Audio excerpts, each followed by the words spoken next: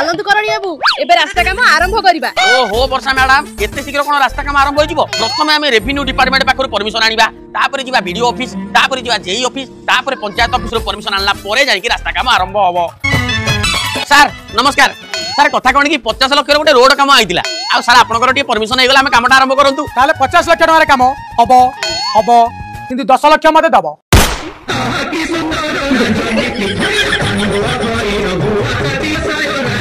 Video sir नमस्कार। कहवा किसी दरकार नहीं सब मु जानी खाली मालटा काढ़ 5 लाख तापर परमिशन मिलियो। जेई सर नमस्कार। कहवा दरकार नहीं काढ़ मो कमिशन 2 लाख।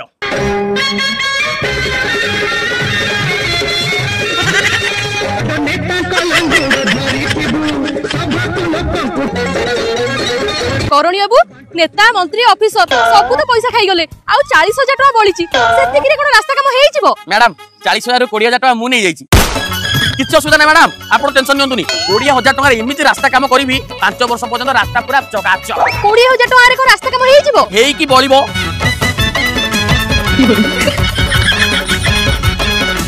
मैडम एइटा ला 20,000 टका रो पिचू आसु तो रास्ता काम करबा।